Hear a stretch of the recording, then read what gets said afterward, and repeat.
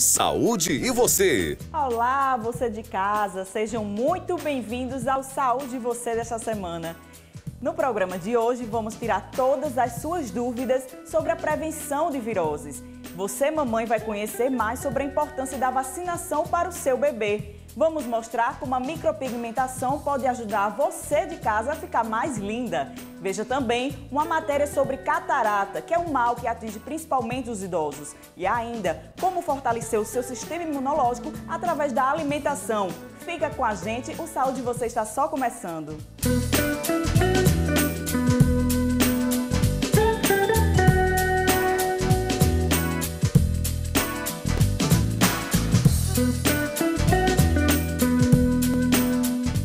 No verão, o corpo fica mais suscetível a doenças e males causadores por vírus e bactérias. É nessa época que os casos de virose costumam aumentar consideravelmente e lotam hospitais, postos de saúde e até os UPAs, que é as unidades de pronto atendimento. Para conversar sobre o assunto, recebo aqui a pediatra Kátia Laureano. Bom dia, doutora. Bom dia, Tatiana. Obrigada pelo convite. Nada, vamos bater um papo sobre as viroses. No caso, a prevenção das viroses. O que é a virose? Bom, a virose é uma infecção causada por um vírus, tá? Num termo genérico, a gente chama mais virose quando a gente sabe que é aquela infecção mais limitada, que vai durar pouco tempo, que geralmente não tem repercussões graves. Aí a gente adota esse nome de virose. Certo. Existe mais de um tipo de virose ou ela sempre é a mesma? Não, existem. Existem vários tipos de virose. Existem vírus que atacam mais o aparelho digestivo, outro mais o aparelho respiratório. Depende do tipo do agente viral. Nessa época de verão, qual é o mais comum?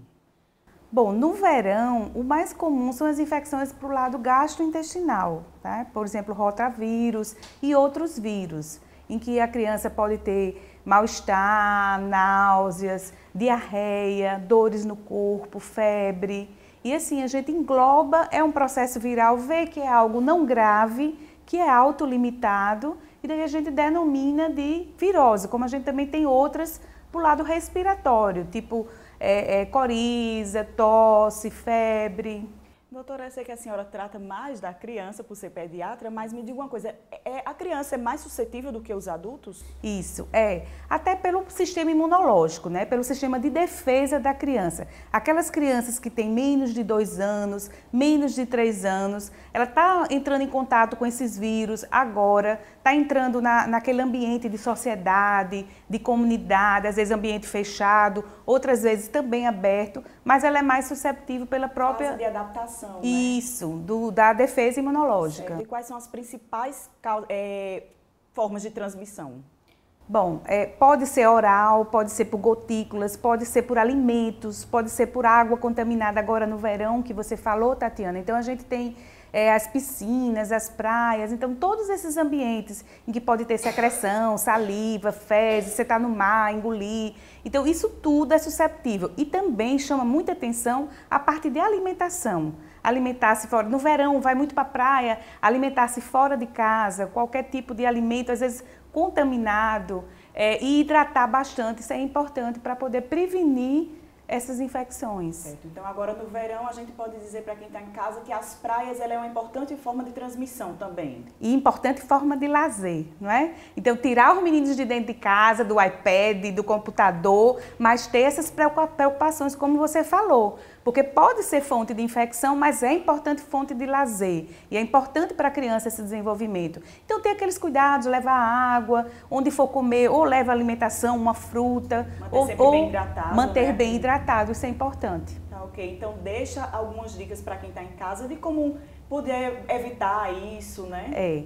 Assim, no verão, roupas leves, protetor solar, ir para fora de casa, brincar com a criança fora de casa, hidratar bastante, ter uma alimentação saudável e não consumir alimentos que você não sabe da origem, que você suspeita de onde ele veio. Então, ter uma alimentação saudável. Ok, doutora Kátia, muito obrigada por sua participação. Tatiana.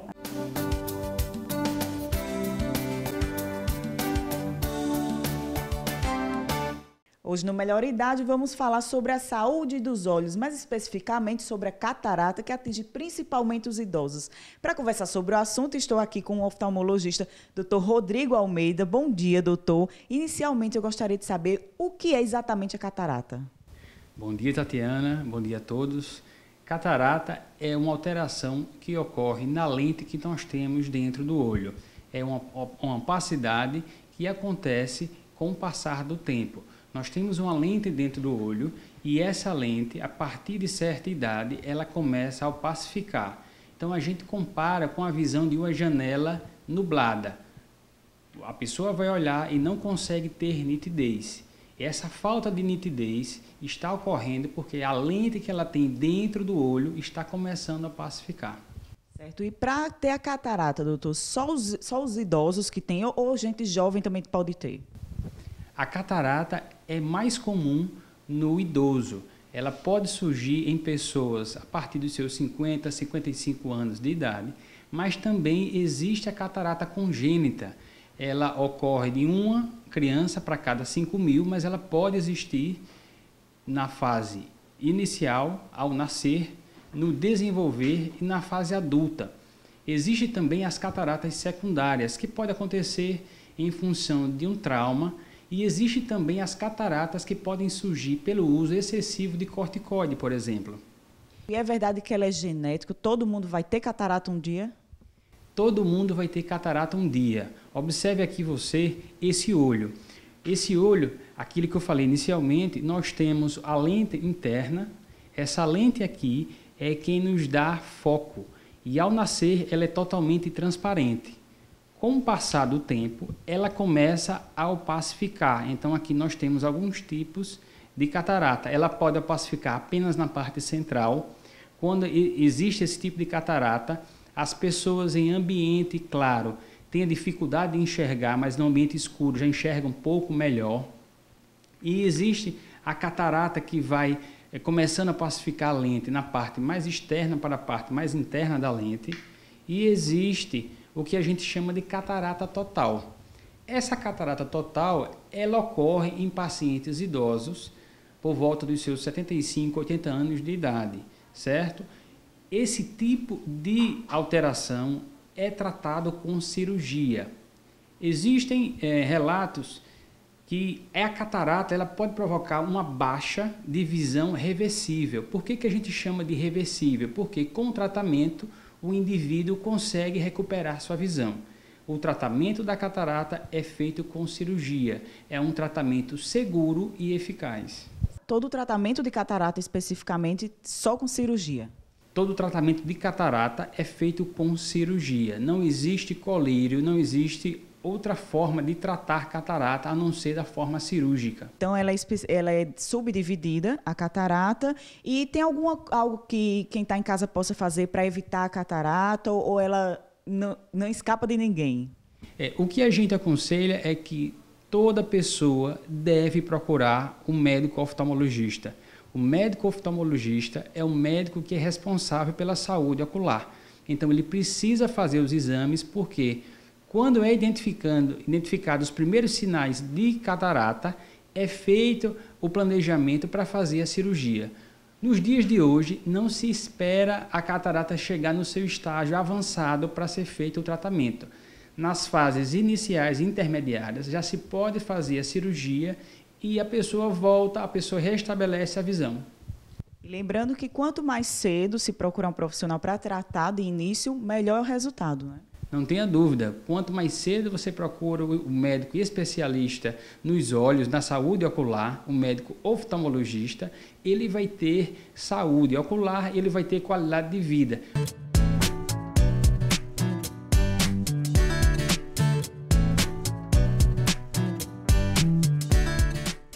Se existisse um gênio da lâmpada, muitas mulheres iam pedir a ele para acordar linda e maquiada.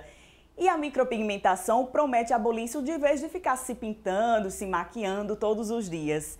E para conversar sobre o assunto, estou aqui com Rose Ribeiro, ela que é praticamente PhD em micropigmentação, tem vários certificados internacionais e por aí vai. Rose, bom dia. Oi, bom dia, tudo bem? Tudo bom? Me diga uma coisa, existe diferença entre micropigmentação e dermopigmentação? Não, não existe diferença, certo?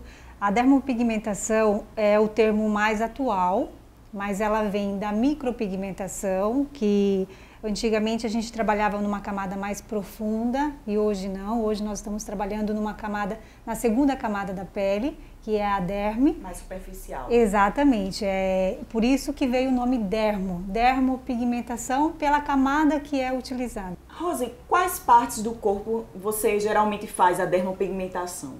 Eu trabalho com olhos, lábios, sobrancelha e areola. Mas é possível também realizar trabalhos em cicatriz e também a parte de capilar. Na área dos olhos, você faz todo o delineado, tanto na linha d'água quanto por cima? Na linha d'água e a parte superior, que é o delineador. Rose, e esse trabalho é algo definitivo, como as pessoas em casa geralmente pensam?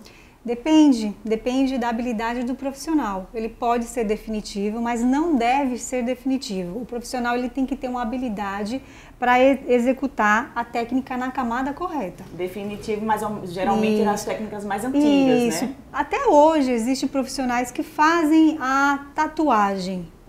Se eu atingir a camada da hipoderme, da pele, aliás, que seria a hipoderme, eu vou sim oferecer um trabalho definitivo e também vou ter um problema com o tempo.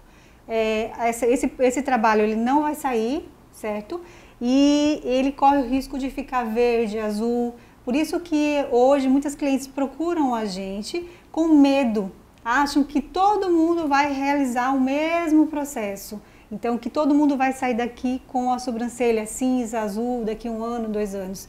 Então, sempre eu digo, é importante a pesquisa do profissional que tenha a habilidade na técnica. Exato. Dentre essas técnicas, esses nomes da moda, realismo, 3D, 5D, qual delas de verdade é a mais moderna? Olha, eu sempre digo para as minhas clientes o seguinte, quando elas perguntam, Rose, você faz a sobrancelha realista, 3D?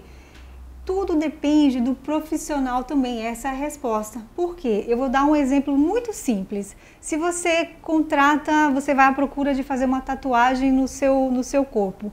Qual é o tatuador que você vai procurar para executar a técnica? Um profissional que tenha habilidade artística ou qualquer profissional? Então, na área da dermopigmentação é a mesma coisa. Você precisa ter um dom artístico. E com esse dom artístico eu vou conseguir executar o trabalho de uma forma mais real, como a própria sobrancelha da pessoa. Isso me referindo à sobrancelha, né?